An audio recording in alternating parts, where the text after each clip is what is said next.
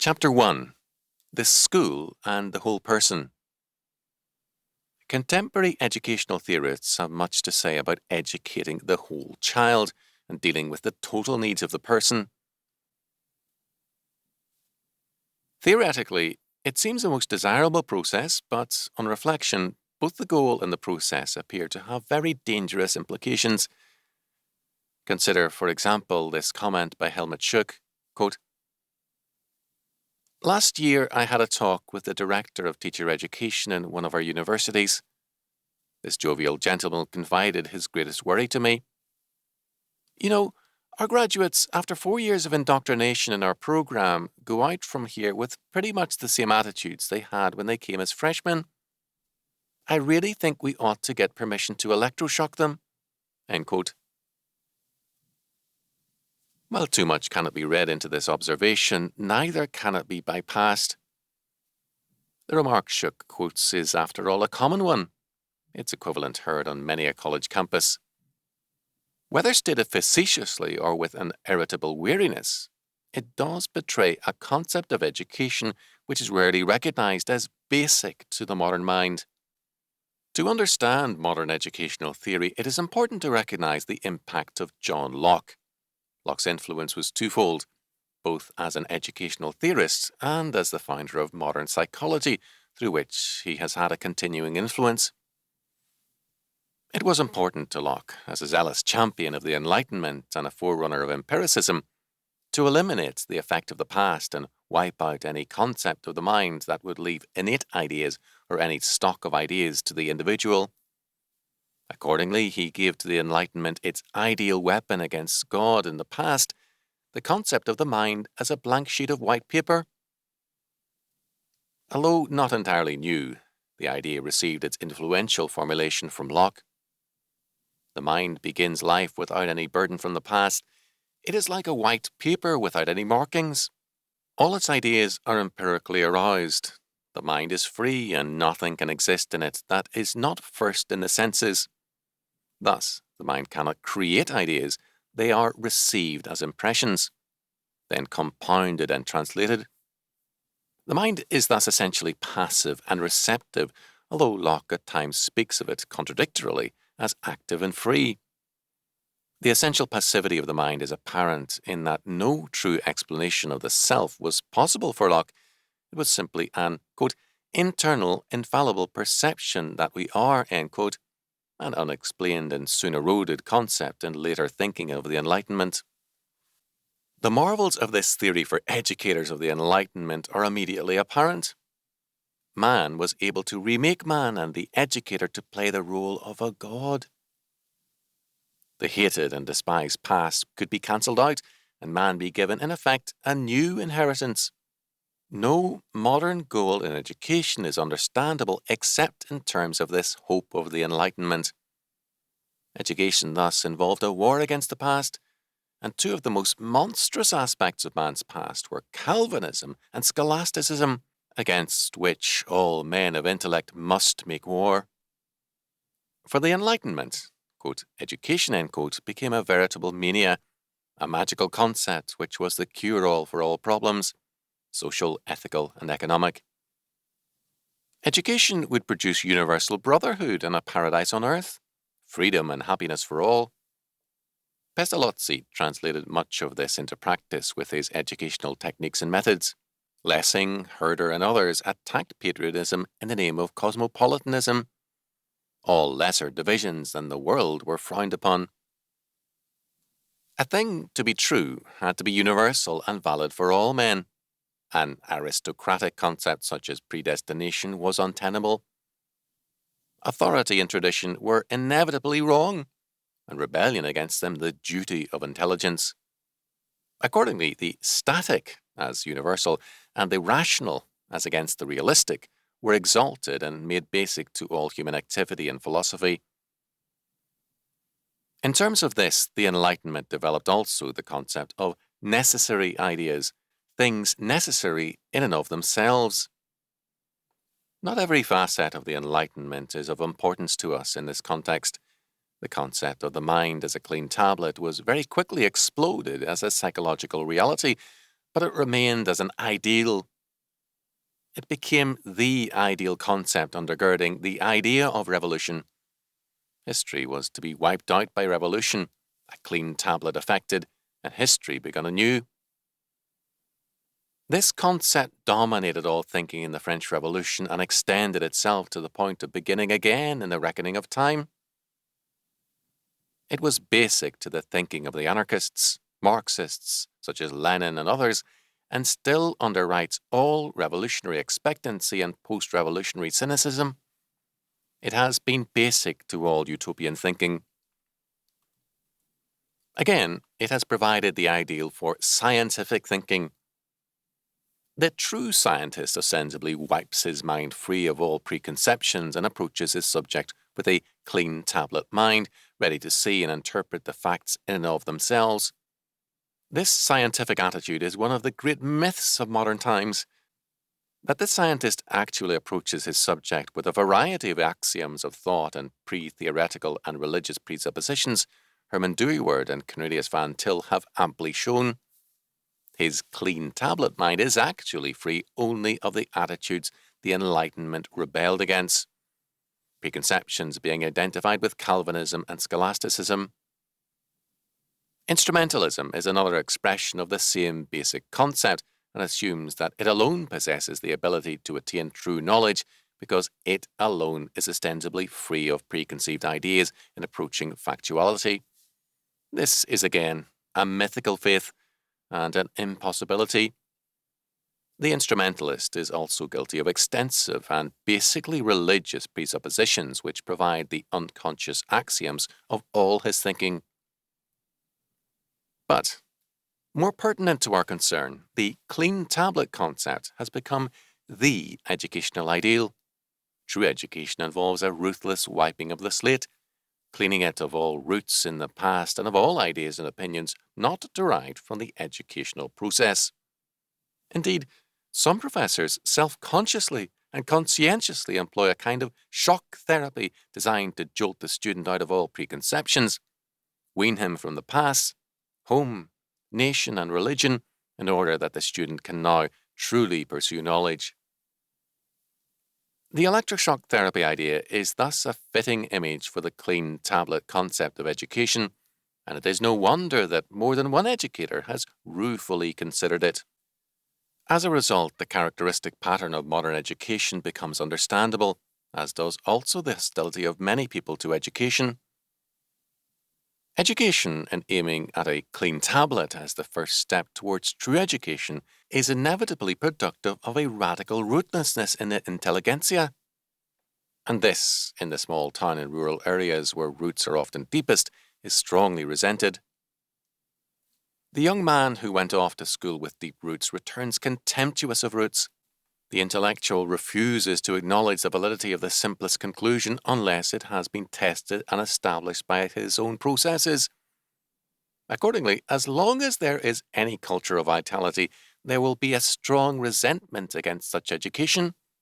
Only when such education has completely eroded all the cultural watersheds will the resentment disappear, only to give way to the deluge.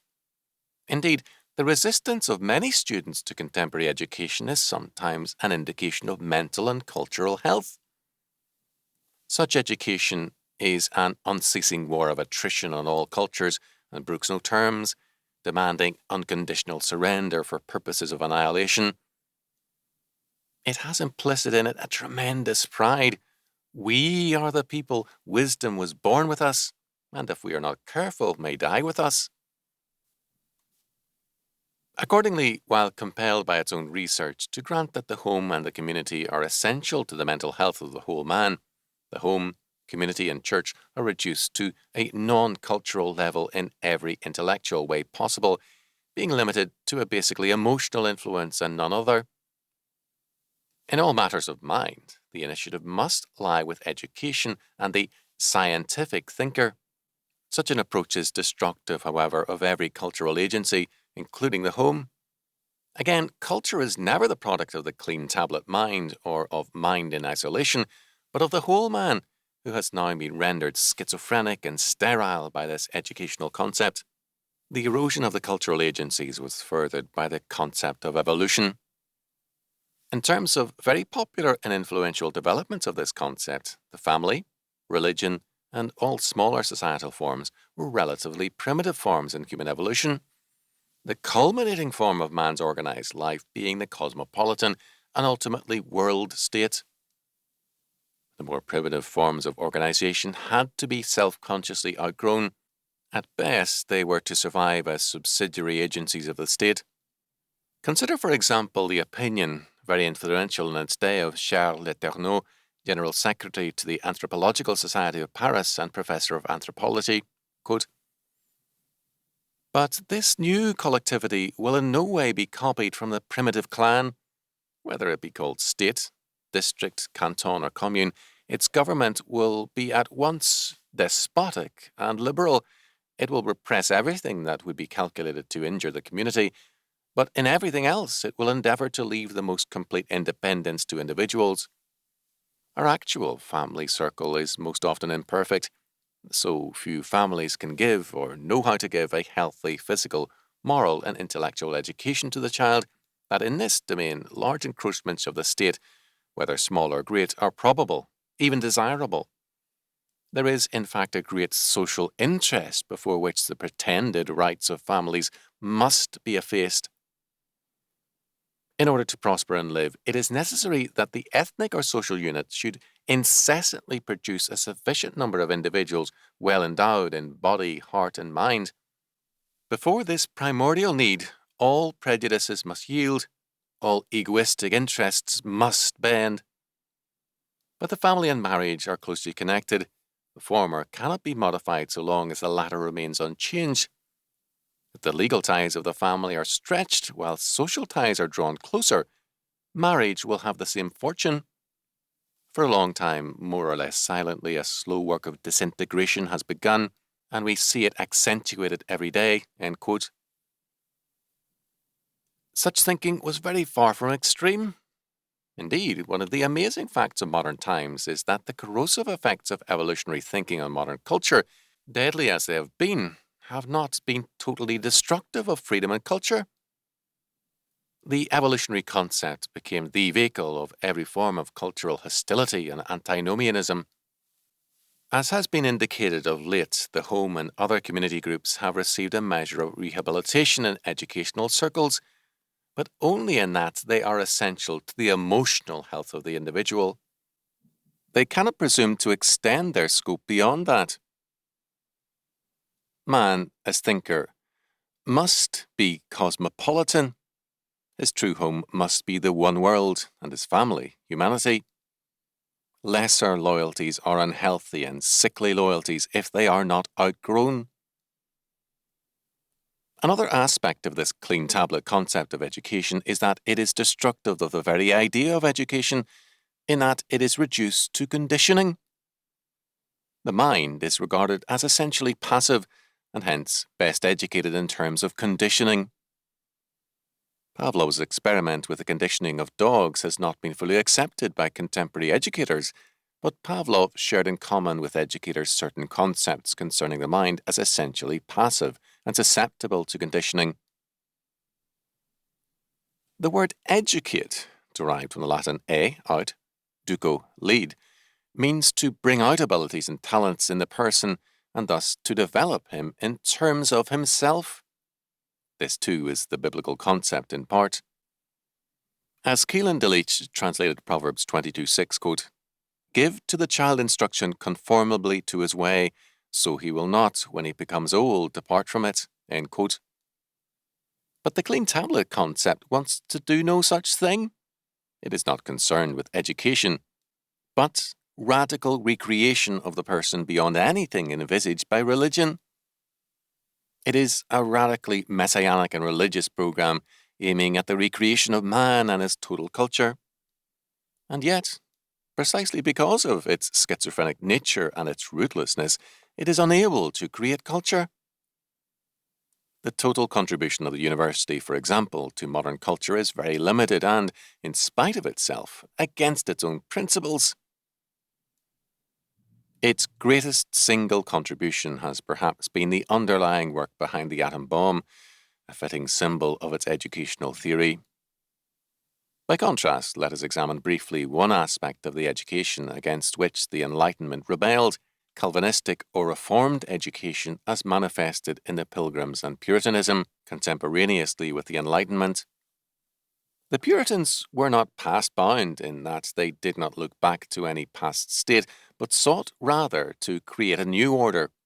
They were, however, past-bound from the viewpoint of the Enlightenment in that they held to the infallible Word, the once-for-all and full revelation of the Bible.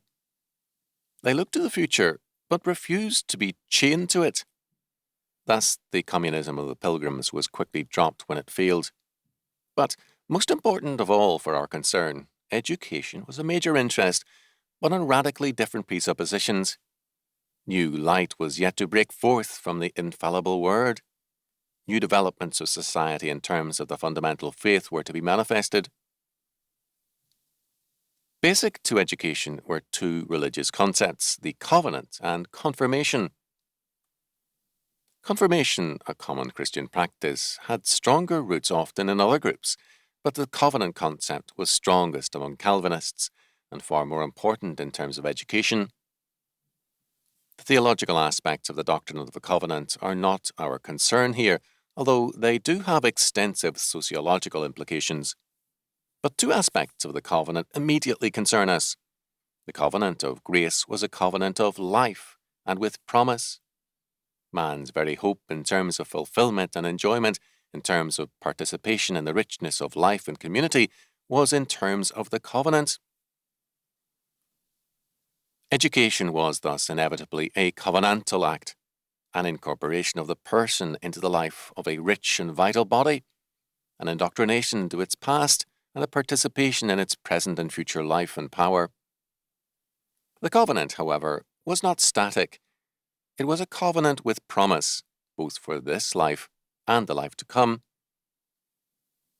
In terms of this life, for example, it looked to the beating of swords into plowshares, the earth filled with, quote, the knowledge of the Lord as the waters cover the sea, end quote, Isaiah 11:9, and the time when life expectancy will be such that, quote, the child shall die 100 years old, but the sinner, being 100 years old, shall be accursed, and they shall build houses and inhabit them. They shall not labour in vain, nor bring forth for trouble, for they are the seed of the blessed of the Lord, their offspring with them, end quote, Isaiah 65:20-21 and 23. This was believed to be the promise of an absolute God who cannot lie. It was taught, for example, in the last century at Princeton by the great Joseph Addison Alexander. Covenant theology was a doctrine of salvation, a plan of conduct, and a philosophy of history as well as the foundation of education. Thus, education was an inevitable concern, and it was seen not as a break with the community and a separation of the intellectual from the peasant, but an aspect of the image mandate within the framework of the covenant.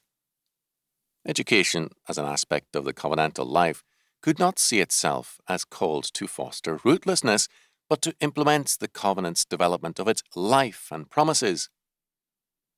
It did not function to sever home ties, for example, but to confirm them, in that it worked to develop more fully man's knowledge, righteousness, holiness, and dominion in terms of every aspect of life. It was thus concerned with the development of a godly scholarship, and godly youth who would also be godly sons and daughters now, and husbands, wives, and parents tomorrow. Confirmation was full adoption into the inheritance from the past and the promises of the future. Emancipation was into the forms of culture and life, and not from them. Of these, the state was but one. Cosmopolitanism was not an ideal, rather it was a major sin, in that it involved the offence of the Tower of Babel, a commonality in which the covenant of grace was destroyed in favour of an indifference to good and evil, a proscription of character and merit in favour of wickedness and sloth, and a rebellion against the primacy of faith in favour of a meaningless and dangerous unity. It was a concept they opposed religiously, and hence the Westminster Confession did not hesitate, together with the Reformers, to identify the Church of Rome with the whore of Babylon and the papacy with the man of sin. They opposed it also politically, and the lingering elements of Puritanism in the United States today are usually the areas of hostility to internationalism and the United Nations. Thus, between the two concepts of education, the Calvinistic and that of the Enlightenment and contemporary thought, there can be no compromise. They are in hopeless contradiction. The modern concept, with its cosmopolitanism and its clean tablet ideal, is erosive and destructive of all aspects of culture except the monolithic state, which is then the ostensible creator and patron of culture. When it speaks of the whole child, it speaks of a passive creature who is to be moulded by status education for a concept of the good life radically divorced from God and from all transcendental standards. The goal of such education will only be reached when man ceases to be man. And this being an impossibility, the only outcome of such education can be the increasing resistance of the child to its radical implications. Modern education, thus, is statist education, and the state is made the all-embracing institution of which all other institutions are but facets. The state and the person, government and individual, become thus the two realities of such a worldview. Both demand freedom and power for themselves. The state recognizes no law beyond itself, and the individual insists on his own autonomy and ultimacy. But the child of the state, being a man without faith, has no vital principle of resistance, and thus, even in his rebellion, is statist. Every philosophy of autonomous man, from the Greeks to the present, has foundered on the problem of the one and the many, universality and particularity. If the one be affirmed as the ultimate reality, the individuals are swallowed up in the whole. If the many be affirmed, then reality is lost in endless particularity and individuality, and no binding concept has any reality. Thus, the one and the many are in perpetual tension. The individual and the state, for example, can only each affirm themselves at the expense of the other. As against this, the consistent Christian philosophy as developed by Calvinistic thinkers such as Cooper, Bavinck, and Cornelius Van Til, by beginning with the biblical revelation and the ontological trinity, begins thereby with the equal ultimacy and the fundamental congeniality of the one and the many in the Trinity, three persons, one God. The concept of the covenant furthers this unity in that the self-realization of the individual is the advantage of all, and is advanced by and integral with the self-realization of others. In the modern conception, the fulfillment and self-realization of the individual are at the expense of others, and may involve their sacrifice. For the Orthodox Christian, self-realization apart from the covenant is an impossibility, and it involves life in an organism, the true body of Christ. This latter concept, the body of Christ, asserts emphatically in varying functions and callings as individuals who are yet part of a common whole. The service of the body requires the fulfillment of the individual. The eye must fulfill itself as an eye, that the entire body as well may prosper. Covenantal education is this education which is not at odds with itself and the nature of man. It has been accused of being no more than, quote, mere indoctrination, end quote, but indoctrination is, after all, no more than teaching in terms of principles, and the teaching of principles. Covenantal education is that, and much more. But it is definitely not conditioning, nor can it be, for it holds man to be not a passive and blank object, nor a creature of the state, but God's vicegerent, created in his image and called upon to establish dominion over all creation and over himself. This calling, with its responsibilities and consequences, no electroshock concept of education can alter or remove.